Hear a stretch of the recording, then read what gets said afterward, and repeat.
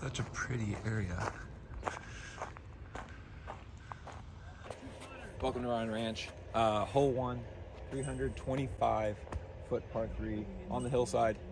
Plays probably a forehand to the left, and you put a backhand, it can fall off and it gets caught in those bushes.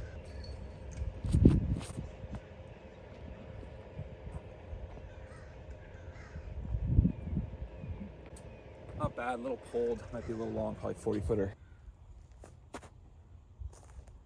Last thing in my head was don't miss short, hit band, and have it come down, or cage and come down, so overcorrected, throw it too high. Easy part to start.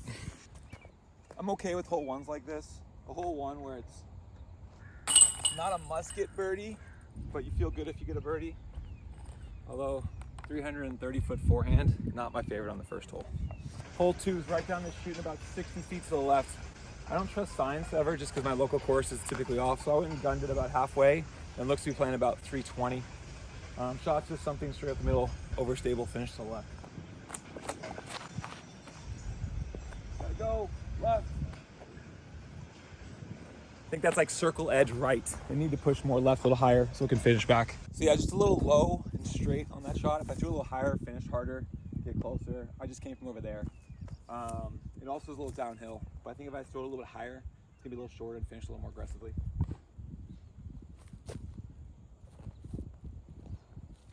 Thought I was in. Probably the signature hole at Ryan's Ranch, hole 3. I gunned it to 410 to the base. I think you can see the basket just straight down that chute. You go mid-range or putter straight at it, potentially. I like to go hyzer right. You can go either way though, backhand or forehand hyzer.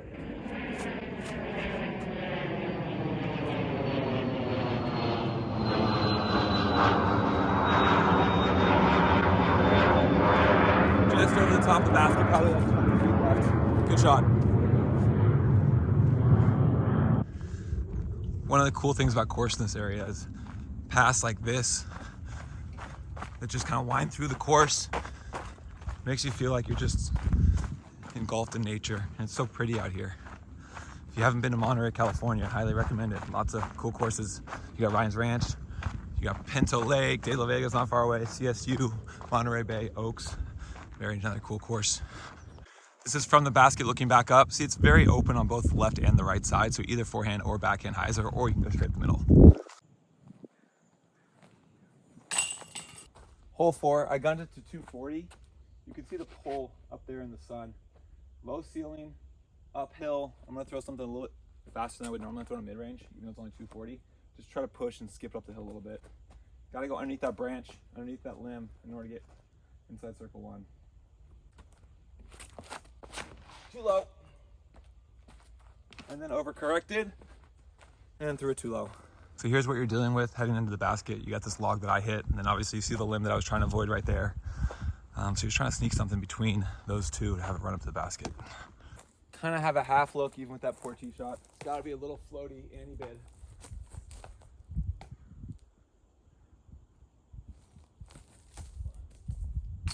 Woo!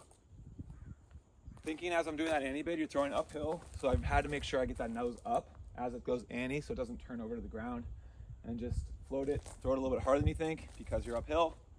Awesome putt.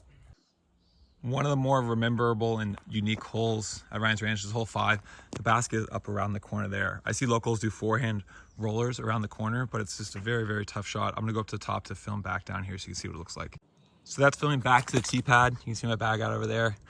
Low ceiling, and then it turns directly to the right up here. And then you have this death once you get past the basket. I don't have the forehand roller, I don't play here that much. I'm gonna try to skip something with the forehand here and hopefully give myself a decision to make if I'm gonna run the putt or not. Too high, get through. Sit.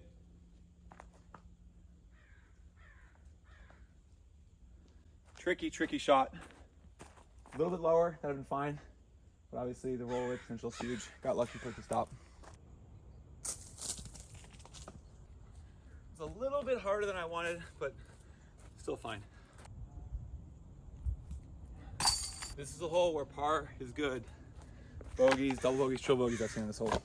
And I haven't even played this hole that much. Hole 6, it's about 310, 320 feet.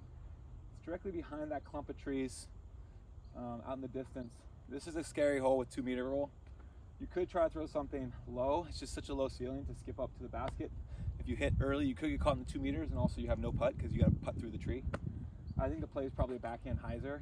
There's a landing zone right by the basket, so if you get the distance right, 320 uphill, probably playing 340, 350, you should have an open look for birdie. That was pretty good. Push. Excellent. Didn't hear any trees, so therefore it should have a putt. So this is walking from the tee directly to the basket. That white pole is another pin location. You start to see it right there, but see if you hit this tree, you just have no putt. This is the opening I was talking about. So you have the opening here, right, to try to land it by the basket, and I did a great job there. That was a great shot. It's a tight window, but I think that's the window you got to hit for birdie. So pretty up here. Love coming up here because of views. Hole 375, you can see it down over there. There is a hazard / lake, but it's like maybe 40 feet in front of the basket, so I'm not really too concerned about that. Play, I think, for most of me, backhand hyzer. It is a little downhill, so I'm playing it probably like 2 or 3, 360. Hold it. Keep working back, keep working back. Pretty good ground action. Just pulled it a little bit. I have a tendency when I'm going downhill to sometimes turn it over. Also with the hazard on the left, definitely want to stay away from that. So you can see the OB Lake with the yellow and orange, and then here's the drop zone to the basket. Went a little long and right, probably got about a 45, 50 footer.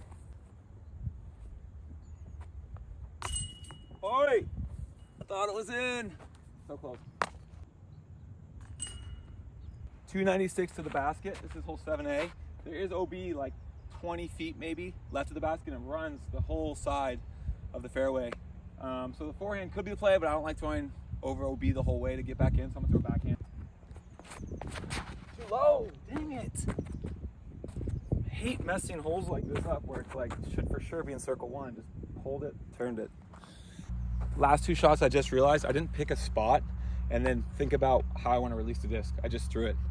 So I feel like when I'm more successful, I have a spot I'm specifically aiming, and I'm thinking about what kind of nose angle, what kind of release I want as I'm aiming at that spot.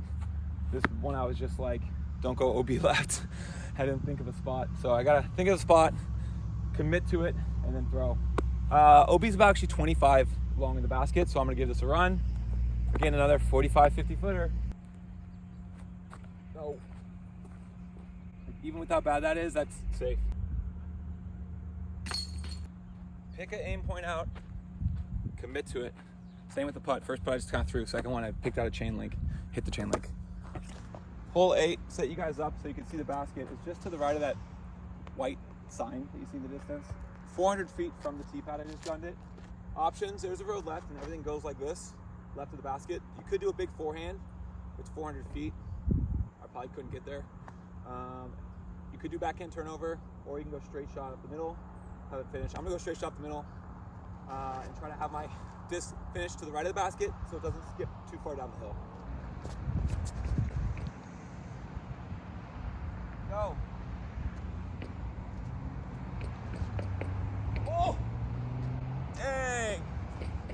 That flashed right in front of the basket. Hopefully it didn't go too much further down the hill. So this is what it looks like by the basket. And again, big roll away potential. Thankfully mine's settled. It looks like I probably have like a 25, 30 footer for bird. Just to give you a sense of the slope, the camera's level. Putting uphill, I'm gonna aim a couple chain links higher than I normally would. 8A, it's 196, it's on the pole. Right after the basket, like basically like 2 feet past the basket, it's just a drop off down into the canyon. So you got it in this short. Anytime I'm throwing up shots like this, just like picking a spot in the sky for throwing dries, I try to think about where I want to land and then what angle I want to land on. So I'm picking a spot short lefts, try to have the disc land on that spot to leave myself hopefully a 20 footer for birdie.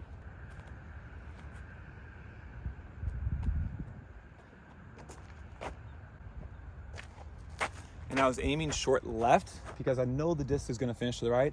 I actually pushed that maybe 3 or 4 yards, about 10, 15 feet to the right, but it ended up in a great spot. That drop off behind is no joke. Another thing about this hole, it's downhill gradually, so you gotta throw it a little softer than you think. Hole 9, 338, I gunned it right there. It has that grabby grass, I call it, right around the basket, so there's not much ground action. It's always uphill a little bit, and it's always into the wind. I rarely see people go long here, so I would throw it more than you think. I'm throwing this probably like 360, 370 power.